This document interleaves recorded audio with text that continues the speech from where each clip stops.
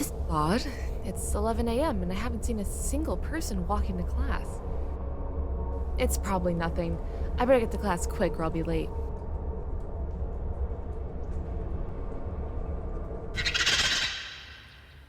Well, if it isn't another one of Trelia's pets. Who are you? Where is everybody? My name is Big O, and you're too late.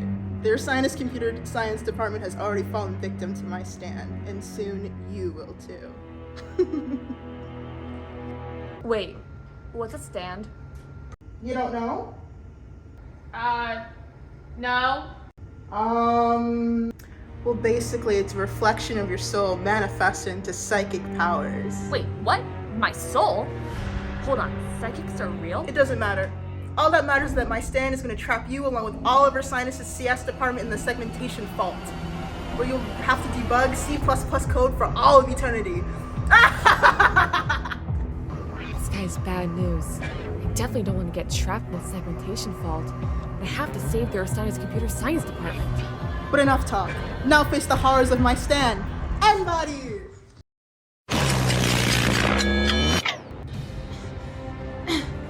What's happening? I can't move. My stand has made the n-body problem unsolvable. What? What's the n-body problem? Well, you foolish computer science lackey, the n-body problem is a physics problem where instead of calculating the individual physical force that each object exerts on each other in a cluster, you can approximate that cluster as one object. My stand n-body disabled that aspect of physics. In other words, you can only move one atom at a time. You change the properties of physics? That's impossible! No way. How are you moving? You should only be able to move one atom at a time. If I weren't able to move, then my stand wouldn't be very useful now, would it? The only way to move under anybody's influence is to solve the problem yourself. Unfortunately, I have the perfect algorithm. This is bad. Real bad. How am I gonna get out of this? I've got it! Big O, I'm obviously outmatched. But before I'm forever trapped in the segmentation fault, what algorithm are you using? Why, you fool. Isn't it obvious? By simply comparing each atom in my body to every other atom, I'll be able to find out the forces of each of them are influencing on each other. If only you had your own stand, then maybe you would have stood a chance. You made one fatal mistake, Big O. What? What are you prattling on about? You underestimated the power of our science computer science. Come forth, Big Omega! So this is the power of stand. But that's impossible. You shouldn't be able to move under n-body's influence. My stand Big Omega's ability can optimize any algorithm. Unfortunately for you, your n-body algorithm is painfully slow, running out of less part of Big O and squared time. Ah! No way! There's only one way to compute each pair of forces. You forgot about one thing. Well-separated pair decomposition. No!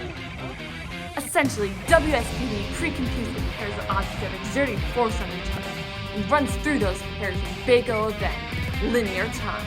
Pre-computation? How haven't I considered that before? Oh, but it gets even better.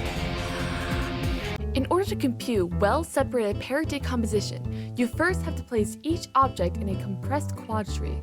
This is done by dividing a square plane into 4 smaller squares over and over until there are no more than one element in each square.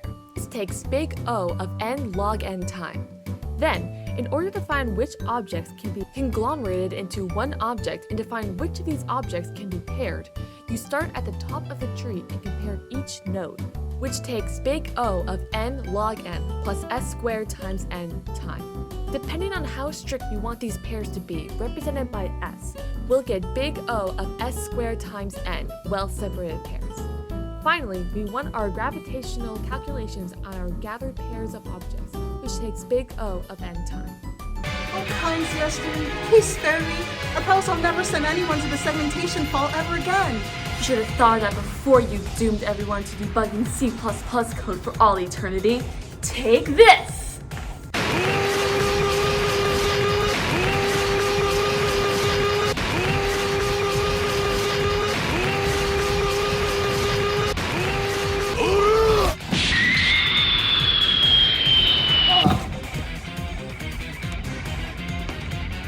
And that is why you always optimize your algorithms.